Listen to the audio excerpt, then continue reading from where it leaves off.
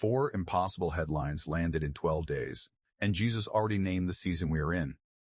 I'm Dan Reed, and in the last episode of the 𝗵𝘁, I walked you through every named seat at the table. Now I want to show you the one who wrote the board. Here are the 4 headlines, in the order they happened. On April 7th, Russia and China voted together at the United Nations Security Council to block protection for shipping in the Strait of Hormuz.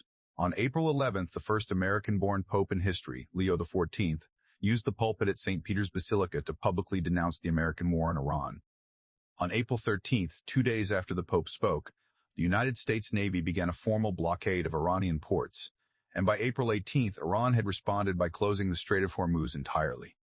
Then on April 23rd, with Lebanon's so-called ceasefire fracturing under continued strikes, Hezbollah's lawmaker 𝗬𝗪 called the extension, in his own words, meaningless. 4 headlines, 12 days. None of them isolated, none of them coincidental. All of them named, dated, and reported by American outlets, NPR, The Washington Post, CBS News, and the United Nations itself. That is not noise, that is a sequence. And the disciples of Jesus, sitting on the Mount of Olives 2,000 years ago, asked him a question that he answered in a way that named exactly the kind of season we are now in. The disciples were doing what you and I are doing right now. They had just walked out of the temple in Jerusalem with Jesus, and as they passed through the gate, he told them that one day, not one stone would be left on top of another. They sat down with him on the Mount of Olives, looking back at the temple they had just left, and they asked him 3 questions. When will these things happen? What will be the sign of your coming? And what will be the sign of the end of the age? 3 questions, 1 answer, 41 verses long. We call it the 𝗗𝗶𝘀 discourse, and it lives in Matthew chapter 24. Most of you have heard those verses many times. I certainly have. What I do not think most of us have ever heard is the words underneath them, the Greek words Jesus actually picked when he answered. That 3rd question is the one I want to sit with first, because it is the foundation for everything else. The disciples asked him, in the Greek of Matthew chapter 24 verse 3, what will be the sign of the Synteleia to Ionos? The English translates that phrase as the end of the age. But the Greek word the disciples used, and the Greek word Jesus did not correct, is Synteleia. And Synteleia, when you sit with it the way I have, does not mean what you think it means. There is a much simpler Greek word for end. That word is telos. Telos means stop, cessation, the point where a thing is over. The New Testament uses telos more than 80 times, and almost every time it means a stopping point. The disciples knew telos. They could have asked Jesus about the telos of the age, and that would have been a question about when things would finally stop. But that is not the question they asked. They asked about the Synteleia. And the difference between those 2 words is the difference between a story that just ends and a story that finishes the way the author always meant it to finish. Synteleia is built from 2 pieces. The first piece is sing, which means together with. The second piece is 𝗘𝗽𝗏, which comes from telos, but carries the meaning of completion, of fullness, of the moment when a thing arrives at what it was always for. Joined together, Synteleia means the bringing together of every thread into the completion the author has known about from the beginning. That is the word the disciples reached for when they wanted to know what the sign would be. And Jesus, instead of correcting them or substituting it for a simpler word, used their word.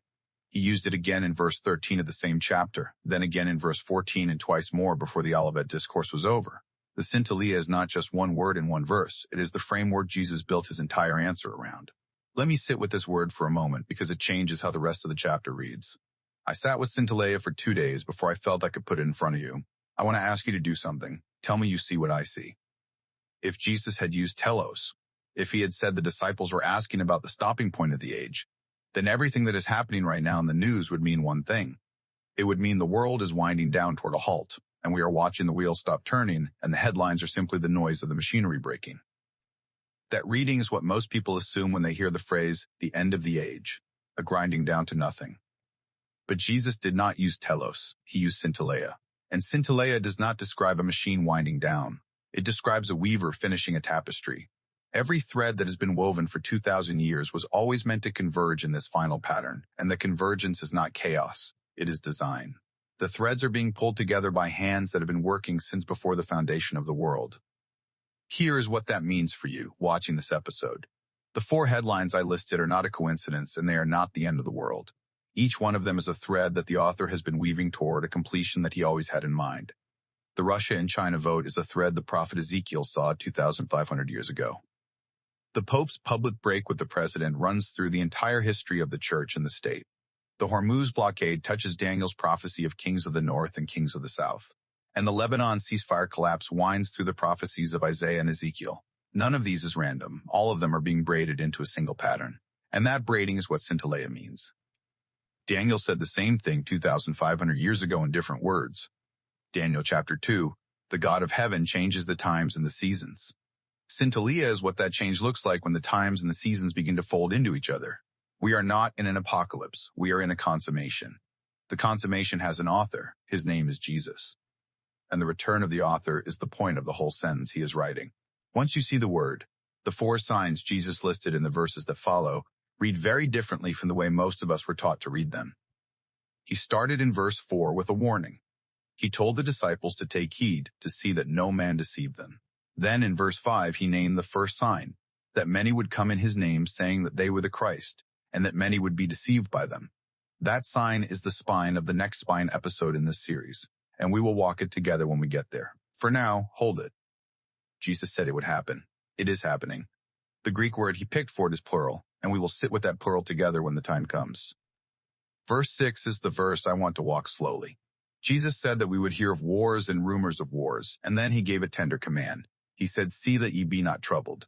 For all these things must come to pass," he said, "but the end is not yet." Now look at the Greek there. The English word end at the close of verse 6 is one specific Greek word. It is telos, the same word the disciples did not use when they asked their question. So Jesus was telling them, in the Greek they spoke every day, you will hear of wars and rumors of wars.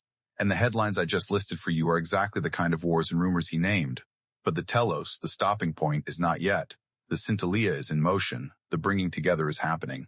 The telos, the stop, is still ahead. Verse 7 names what comes next. Nation against nation, kingdom against kingdom, and famines and pestilences and earthquakes in many places. The Greek there uses plurals on purpose. We will walk those plurals later in this series. Verse 8 names the framework that holds all of it together. Jesus said all these are the beginning of sorrows. The Greek word for sorrows in verse 8 is the medical word for labor contractions. The next episode of this series, the very next one in your playlist, is built entirely around that word. But the part of this passage I do not want you to miss is what Jesus said in verse 6 about being troubled. The Greek phrase he used was 𝗪𝗁. It means do not be terrified, do not panic, do not be cried out from a stable mind. That was not a brave-up speech. It was a tender command from a Lord who knew exactly how heavy what he was about to describe would feel. So here is what I want you to take with you from this episode. 3 things, and then a hope, and then an invitation, and then I will let you go. The first thing is that you are not crazy. Something is happening, and you feel it because it is real. 4 headlines in 12 days, in named places, by named figures with American sources, are not a coincidence. Synteleia is real, the bringing together is in motion, and your urgency and unease are correct. You are reading the season the way Jesus told you to read it, and you are not alone in reading it that way. The second thing is that the author has not lost the plot. Jesus picked a word that means bringing together into completion. He did not pick a word that means stopping. The disciple who sat on that mountain and heard the Synteleia for the first time was the Apostle John, and the same Apostle John wrote in his first letter that greater is he that is in you than he that is in the world. That is 1 John chapter 4, verse 4.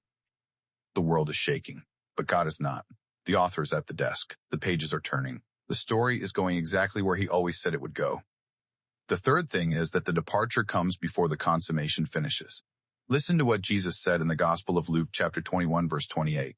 He said, when these things begin to come to pass, then look up and lift up your heads, for your redemption draweth nigh. He did not say when these things are finished. He said when they begin. The church is on the front side of the consummation.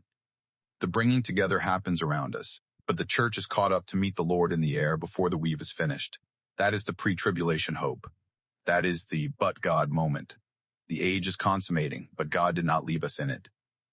If you have never named the name of Jesus as your Lord, if you have never trusted his death and resurrection as the payment for what you have done, Synteleia is not a teaching for you to listen to. It is an invitation for you to answer. The author of the threads is one prayer from where you are sitting. Tell him you know he died for you. Tell him you trust him to be your Lord. And step into the page he is writing for you. Maranatha, our Lord come. The next episode in this series picks up where this one ends. Jesus did not stop with naming the age. He named the pattern that happens inside the age, and he picked a medical word for what is coming. The numbers just spiked. I want to show you that next. That's what I'm seeing. I'm Dan Reed. Stay watching. We're not done.